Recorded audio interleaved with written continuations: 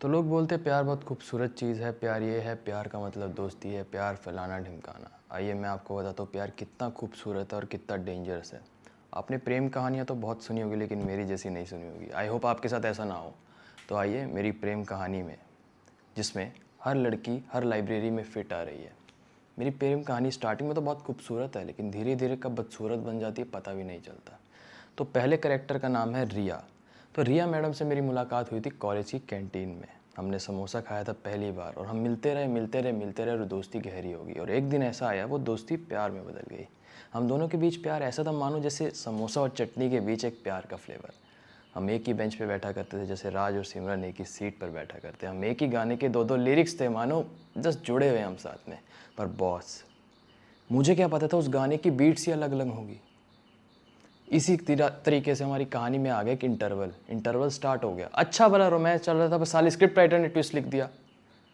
Twist ऐसा था कि वो ब्रेकअप फ्रेज के बहुत करीब आने लग गया। वो कहने लगी तुम बहुत ज़्यादा फिल्मी बातें करते हो, बिल्कुल ही प्रैक्टिकल बातें नहीं करते। अरे यार थोड़ा वो एंटरटेनमेंट भी तो ज़रूरी है यार। तू मेरे साथ एंटरटेन होने आई है कि यूपीएससी सेंटर खोलने आई है? समझी नहीं वो। अब क्लाइमैक्स तो आपने प्रेडिक्ट कर ही लिया होगा क्या हुआ होगा। एट दी एंड सिर्फ समोसा बचा पर चटनी ख़त्म हो गई। अब रिया के साथ मेरा ब्रेकअप करीब मॉनसून के टाइम पे हुआ था। हम हम लड़के तो रो नहीं सकते, इसलिए बादल रो रहे थे, इतनी ज़ोर से रो रहे थे कि बाढ़ ही बाढ़ आ गई। मैंने एक चीज़ माइंड में रख ली थी कि अब और दिल किसी पे नहीं लगाऊंगा, अपने दिल को कंट्रोल रखूंगा बस, और धड़कने नहीं दूंगा। अब आप जानते हो जैसी बारिश ख़त्म होती है तो फूल खिल जाते हैं, वैसी मेरी ज़िंदगी में आ गई खुशबू। तो खुशबू से मेरी पहली बार मुलाकात हुई थी कॉलेज की लाइब्रेरी में। हम दोनों वही बुक पढ़ना चाहते थे, एकदम सेम बुक पढ़ना चाहते थे हम दोनों। पर एक प्रॉब्लम थी यार, वो लाइब्रेरी में साला सिर्फ एक बुक थी। वो प्रॉब्लम उसके लिए थी लेकिन मेरे लिए एक अपॉर्चुनिटी थी और मैं अपॉर्चुनिटी कभी मिस नहीं करता। एक तरफ से बुक मैंने पकड़ी थी, दूसरी तरफ से बुक उसने पकड़ी थी। वो खींच रही थी कि नहीं मैं पढ़ूंगी, मैंने कहा नहीं यार मैं पढ़ूंगा। मेरे बैकग्राउंड में अरिजीत सिंह का गाना चल रहा था, बिल्कुल रोमांटिक, पर डायरेक्टर मिसिंग था। साला अच्छा वाला रोमांटिक सीन मिस हो गया। तो मैंने कहा क्या हम साथ में पढ़ सकते हैं? उसने कहा ठीक है। थोड़ा उसको ट्रस्ट इशू था बट मेरे को कंफर्टेबल करना सबको आता है। मैं फ़नी बातें करने लग गया, हंसमुख की बातें करने लग गया, वो हो गई कंफर्टेबल, इंप्रेस हो गई। उसको लग गया था ये कहीं ना कहीं साला मुझ पर ट्राई तो ज़रूर मार रहा है। तो मैंने कहा कि हम दोबारा मिल सकते हैं। मिल गई, ऐसा कोई मुझे रिजेक्ट कभी कर नहीं पाया। तो जब अगली मीटिंग हुई हम डेट पे गए, वहाँ गए, फलाना गए, घूमे, धीरे धीरे दोस्ती बहुत गहरी हो गई। एक प्यार वाला फेज़ हुआ और उससे प्यार हुआ कि नहीं? नहीं हुआ।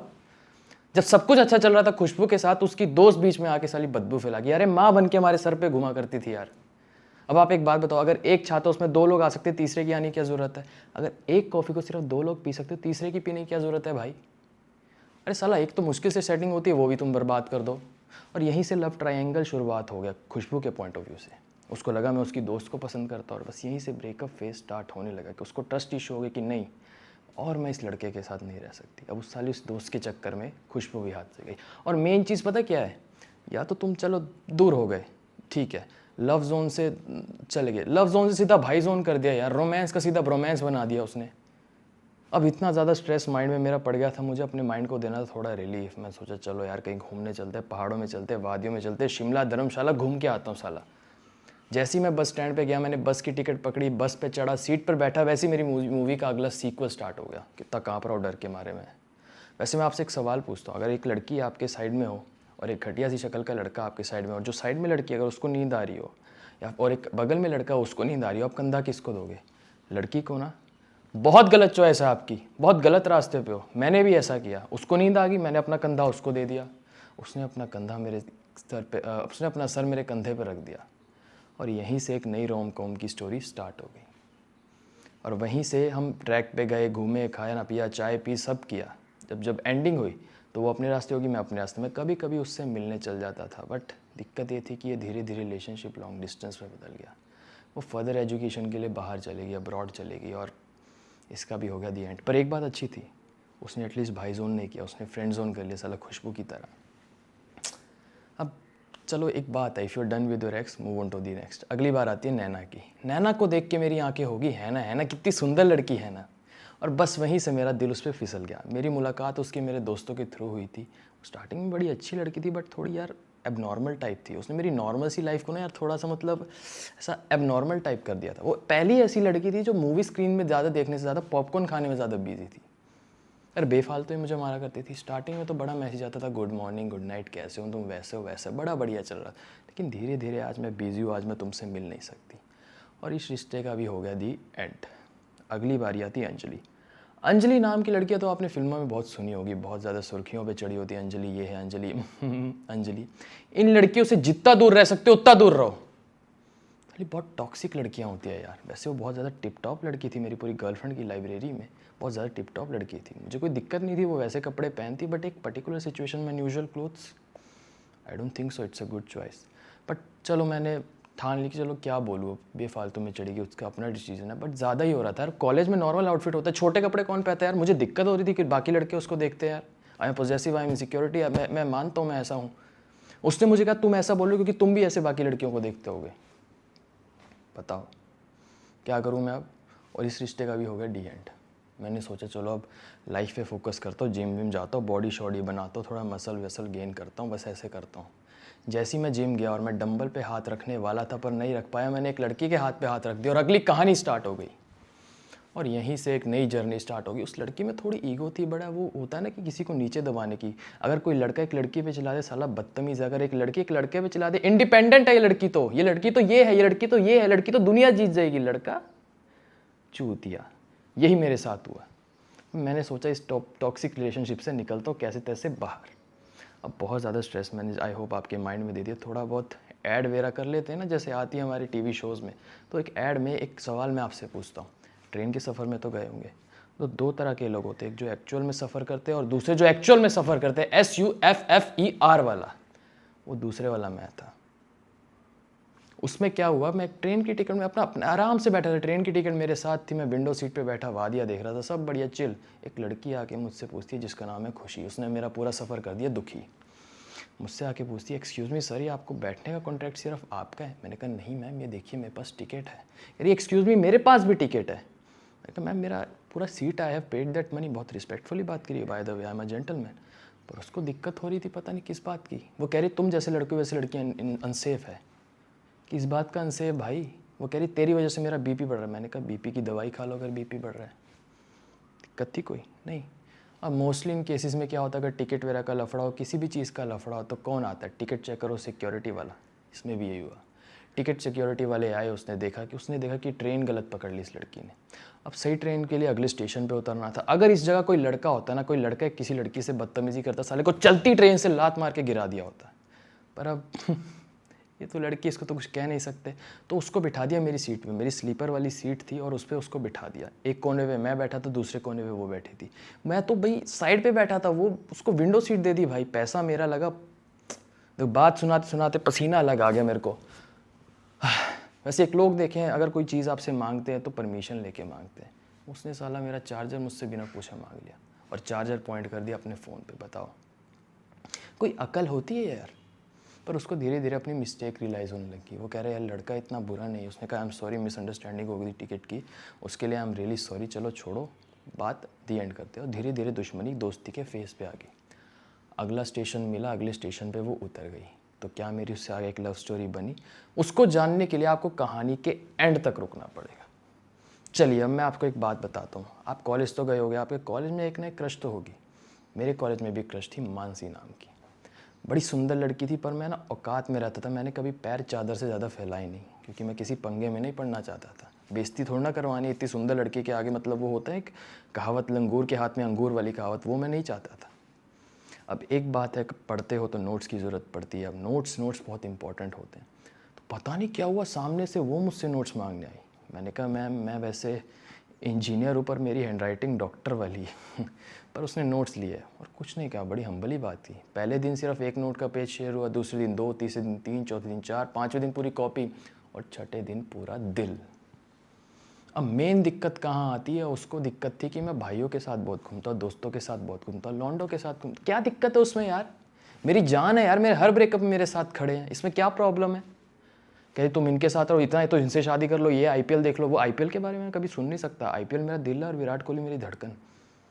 उसके लिए मेरे दिल में बहुत रिस्पेक्ट है और छोड़ दिया मैंने। 36 आएंगी पर विराट कोहली को आई लव यू यार विराट। अगली बारी आती है मानवी की।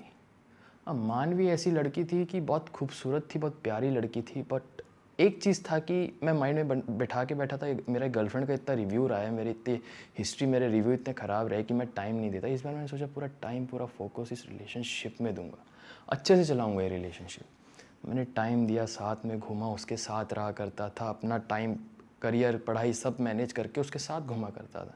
एक दिन आके बोलती तुम बहुत ज़्यादा चिपकते हो, तुम बहुत ज़्यादा चिपकू हो। अब क्या करे भाई, कभी तुमको होता कि दूर रहो, कभी तुमको होता कि पास आओ। तभी मैं समझ गया था कि ये आइंस्टाइन वाले साले फिजिक्स में क्यों चले गए, क्योंकि इनको पता है लड़की का मूड ठीक करने का फॉर्मूला कभी बन ही नहीं सकता। और यही चीज़ हुई मेरे साथ। अब मैंने सोचा यार बस बहुत थक गया यार, बहुत थक गया, अपने दिल को ना दो, दिमाग को थोड़ा आराम दूंगा। मैं आराम दिया, थोड़ा सोचा, फिर अब इतना अकेला कौन रहेगा, दिल तो एट दी एंड बेचारा ही है ना। सोचा चल दिल को फिर से दोबारा रेंट पे देते, पर सीरियस वाला नहीं। अगली बार आती है डेटिंग ऐप। डेटिंग ऐप के थ्रू एक लड़की मैंने अप्रोच की, कॉल पे हम बात किया करते थे, बढ़िया मस्ती किया करते थे, स्टार्टिंग में बड़ा सही चलता था, हेलो हाय, ये पैसे का शेयर, मनी का शेयर, वैसा शेयर, वो वाला शेयर, बड़ा सही चल रहा था। धीरे धीरे यार वो मुझसे पैसे मांगने लग गई। मुझे हल्का सा डाउट हुआ कि यार ये तो सही चीज़ नहीं है, पैसा दूँ ना दूँ मेरे को। मैंने चलो चलो मिलते हैं, बट मैं पूरा प्रिपेयर होके गया था, मैंने अपने उसके लिए ड्रेस ली थी, सब लिया था, फ्लावर वगैरह सब, ताकि थोड़ा बेचारी को दिक्कत ना हो। पर जब मैं मिला, वो साला लड़का निकला। जब किस्मत ही हो फुद्दू तो नहीं काम आता बॉर्नविटा का दुद्धू। साला अभी निकला, उस लड़के का नाम था अभी, उसने अभी के अभी मेरा दिल तोड़ दिया।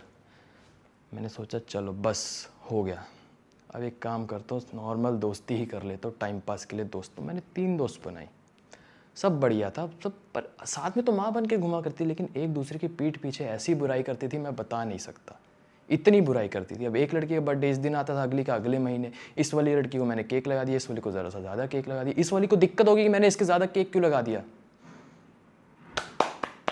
क्या कर सकते हैं अब इन चीज़ों का भाई।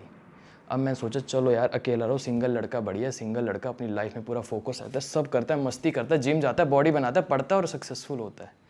लेकिन कभी कभी जब मैं देखता था लंगूर की शक्ल के लड़के साले पर्स लेके घुमा करते थे, लड़कियों को क्या दिखता है इनमें यार, बहुत दिक्कत है। जब साला प्यार सच्चा होता है तो किस्मत ख़राब निकल जाती है। किस्मत में ऐसा होता है कि कोई बीच में आ जाती है, जैसे खुशबू की दोस्त बीच में आ गई।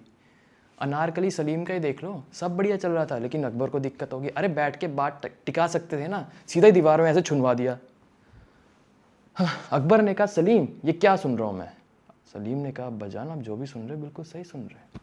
उसने कहा अनारकली तुमने सब सोच भी कैसे लिया। उसने कहा जा अपना एक बात बता दीजिए मुझे, अगर इश्क करना गुनाह है तो सजा दीजिए मुझे। सलीम ये मैं होने नहीं दूंगा अनारकली, तुम चाहती क्या हो। अब्बा जान ये वही चाहती है जो मैं चाहता हूँ, आप मेरे जिस्म से मेरी रूह निकाल सकते हो, लेकिन मेरे दिल मेरी धड़कन से अनारकली कभी नहीं, कभी नहीं। कितनी प्यारी लाइन है यार, कितना कितना अच्छा लव जोन था, ये भी डी एंड हो गया यार। फिर सोचा चलो अरेंज मैरिज ही करूँगा। साला अरेंज मैरिज के केसेस आने लग गए यार, फील्डिंग सेट हो रही है, कोई ड्रम में कट के मर रहा है, किसी को फ्रिज में कर रहा है, कोई फोर्ट से धक्का दे के कर रहा है यार। कहाँ जिए यार, अब करे तो करे क्या यार, दी एंडिंग फेज स्टार्ट हो रहा है। वैसे वो लड़की आपको याद है जो मुझे ट्रेन में मिली थी स्टेशन में, मैं अपनी फर्दर एजुकेशन के लिए ना बाहर चला गया पढ़ने, और वो लड़की भी वहाँ मिल गई। पहली बार मेरी पीठ से ऐसे टकराई, मैंने कहा कौन हो, उधर भी साला लड़ाई स्टार्ट कर दी। तो मैंने कहा आपने मुझे पहचाना मैं कौन हूँ। उसने कहा हाँ। फिर धीरे धीरे दोस्ती बनी, दोस्ती और गहरी बनती गई। पर मेरे में ना एक दिक्कत है, मेरे में पेशेंस नहीं है, मुझ में गुस्सा बहुत होता है, और गुस्सा मैं कंट्रोल कर नहीं पाता हूँ। उसको इस बात की दिक्कत थी, गुस्सा बहुत। अरे मुझे सुधार सकती थी ना, गुस्सा मेरा कंट्रोल करवा सकती थी ना, पेशेंस मेरे अंदर डेवलप करवा सकती थी ना, क्या दिक्कत थी। चिढ़ गई और छोड़ गई। अगर लड़की को एंटरटेन करो तो दिक्कत, वो कहती तुम बिल्कुल प्रैक्टिकल बातें नहीं करते, तुम बहुत ज़्यादा फिल्मी बातें करते हो। अरे क्या करूँ फिर, मैं जंगल में जाके मर जाऊँ। अब तो ऐसा दिखता है, कभी कभी मैं शीशे में अपने आप को देखता हूँ, साला ऐसा लगता है अपने आप से शादी कर लो। ऐसा लग रहा है कोई मुझे याद कर रहा है, कहीं वो आप तो नहीं।